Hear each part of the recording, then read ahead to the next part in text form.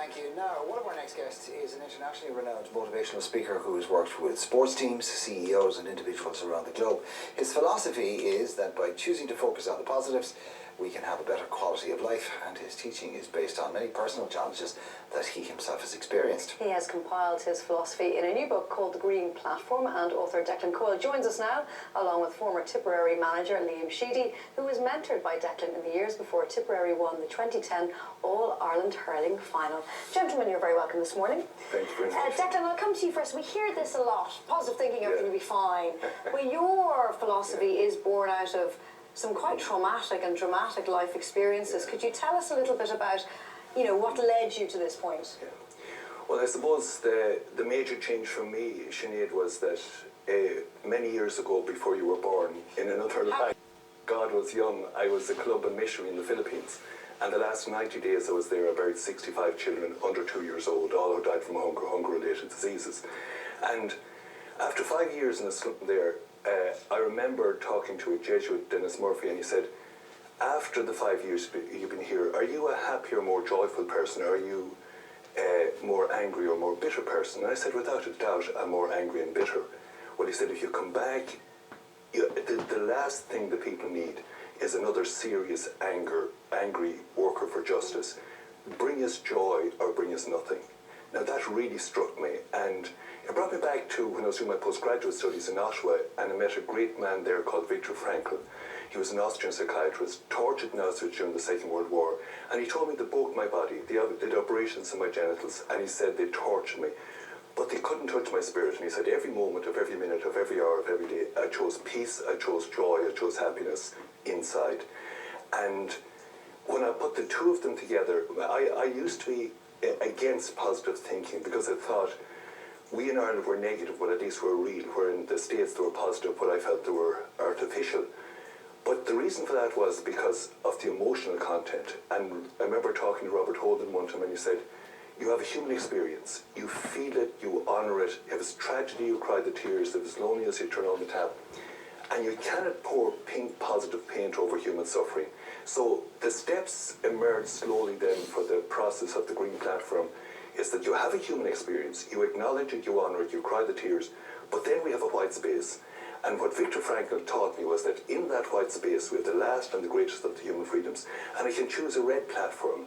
I just made up the red platform on the lights, red for stop, green for go. And on the red platform we have these people, and if I choose it, I become the victim, the whinge, the whine, the moan, the poor me, and I'm in blaming, complaining mode. But I can equally in that white space choose the Green Platform, and the Green Platform is the empowered person. It's with the 10 most powerful words in the English language. If it is to be, it is up to me.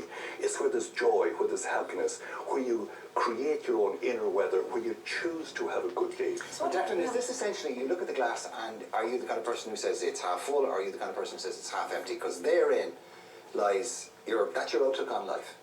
And a lot of us are hardwired like that from birth. Yeah, and well, I would. The research, you're absolutely right, Mark. That therein, you mentioned, it's that choice I make.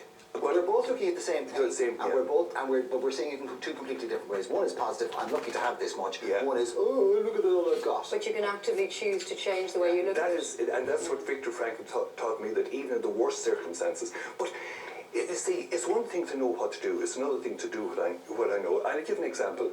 I know that Viktor Frankl taught me to choose my response. I'd say, oh, he made me very angry. He says, no one makes you angry.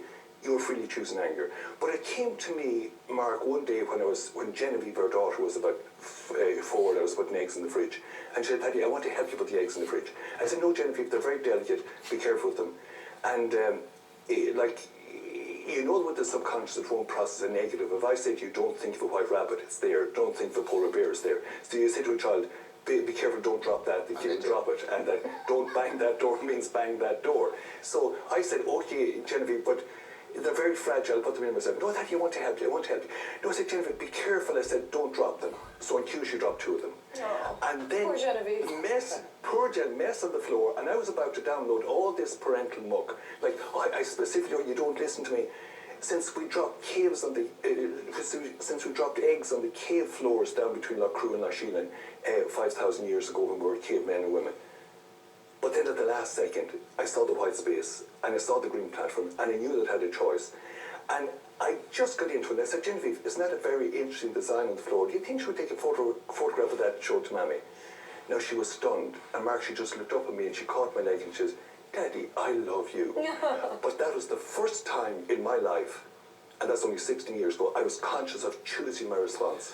Okay, Liam, can I bring you in? Because I think I mean, obviously, anybody in the world of GA will know what you do, will know who you are, what you did, and will be very impressed in the manner in which you did it, and would have looked at it in the sense of that this is a new breed of manager and a new approach. I suppose in some cases almost the sort of the professionalisation of an amateur sport. But you know, starting with the philosophy of if we're going to do this, we may as well do it as well as we possibly can. So how do you apply what Declan is talking about to what you did with Tipperary? Well, I think peace and joy and happiness is difficult to find if you're after losing a match by 10 points on a Sunday, and the whole of Tipperary are saying this man just can't do the job. Bear in mind, we're talking about a game which has, let's face it, 30 men with wooden hatchets and a ball thrown in to make it legal. So philosophy goes out that gets left in the dressing room in your kit bag. But I guess it's believing you can do it. Well, and you see, that's the first thing. The first thing I come to is the belief, you know, and the belief systems that I have. And like, if I don't believe we can do it, well, the team will be a replica of how I'm thinking. So, I mean, Declan would have done a huge pile of work with me in terms of my belief systems and, you know, where again, what space I choose to go into. And why did you feel you needed to talk to him? Was it because you had this but you just didn't know how to process it and get it out, or did you think that there was something else that you should be doing that you weren't? Well, I was learning my trade, to be honest, and you go anywhere to try and better yourself, and I think anyone that thinks they've arrived and they know it all are in big trouble in sport or in life. And I was lucky enough to, I was trying to learn from a manager that had done it, and Jack O'Connor was someone I admired from my days when I looking in him as a manager. So I made a trip to meet Jack, and Jack had worked with Declan and gave me Declan's number. And as it turned out, Declan was a friend of two people that were on the Tipperary Supporters Club. So straight away there was a connection made. I got a phone call from Declan on my way back to Tipperary after meeting with Jack O'Connor. So straight away the link was made, and we just hit it off from the start. And as I said, you know, you can choose to be positive or you can choose to be negative. But like, if I choose to be negative, well, my team, it reflects on the team all of the time. So it was a huge benefit to me right throughout the journey. It was a fantastic journey, fantastic 3 years. And I actually felt I learned a huge amount about myself and about how to deal with players and understanding that white space and where I go in terms of, you know, will I choose to be negative. And the players will cop onto it as well and say he's on the red platform. So when they start talking the language, you know it's really starting to get And how do you transfer that to you're in Semple Stadium or you're in Parky Queeve or you're in HQ and there's a free and it's 70,000-80,000 people.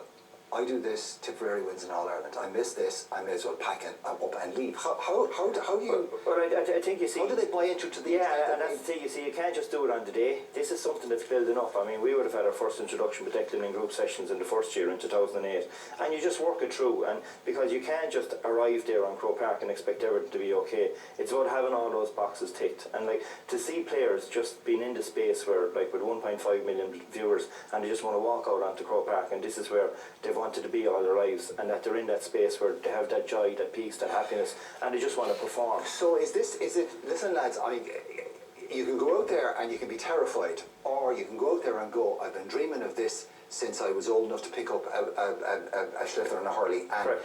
This is the dream come true, so why wouldn't you go and enjoy it? Correct, and like, you'd feel really sorry for players that, you know, can't embrace the moment or embrace the day and find that it gets on top of them and they don't actually perform, because there's nothing as you know, whatever about winning or losing, you can't really control that, but you have total control over your performance, and all you want your players to do on the biggest day is to go out and perform. Do themselves proud. Exactly, and like, I mean, there's a huge amount of, like, we lost in 2009, but we felt we performed, and it's actually, while it's very, very difficult to live with at the time, there's actually a bit of, you know, happiness in the sense if you did your best, you feel okay with it. Exactly. In other words, you didn't just not perform on the day, which is, as a sports player, very, very hard to deal with. Declan, the world of sports has actually been ahead of the game, excuse the pun, for a long time in this, you know, because they've been using sports psychology for a long time. Now, us in ordinary non-sporting life, we're sort of borrowing from the world of sports, in which they use the power of positive thinking, visualisation, a whole host of skills that helps you lead a better, happier life.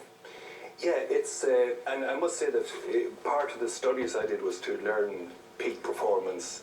Where I wanted to see the laboratory, where do we get peak performance? How do you get, what was the inner software of people who had peak performance? And you come to a level, you look at maybe Sally Gunn, and I'd studied her, I studied the top performer, and she said, I taught myself not to have any negative thoughts. She didn't say, it was natural for me and my family not to have negative thoughts. But then she said, before the '93 World Championship, she said, I got a cold, I went to the doctor, he gave me antibiotics, I was stifling a cough, but I couldn't say I had a cold, and I kept feeding myself positive thoughts. I'm confident, I'm positive, I'm strong, I'm fit. And she said, I went out, she says, not only did I win the gold medal, but I broke the world record. And she said, I was freaked out to think I'd actually talked myself into winning. Now put that into an ordinary context in a house in the morning where a person's going through it. You can talk yourself into a bad mood. What does it say? What you think you are? You are, yeah, you become what you think about most of the time. And going back to Liam there, like I remember before that famous alarm in 2010, like, you know, the best way to predict the future is to create it. We had a meeting the week before it. Both of us, I say this, we had an absolute knowing, not a hoping, that that was...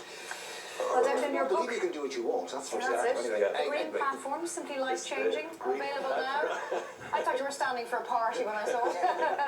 But it's not. It's about how to make your life an easier life and a happier life. It's just a happy and to bring that joy. Thank you very much, Declan. Thank you, Liam. Pleasure. After the break, we're going to be taking a look at some celebrity-inspired style as we look at some great spring looks from vavavoom.ie.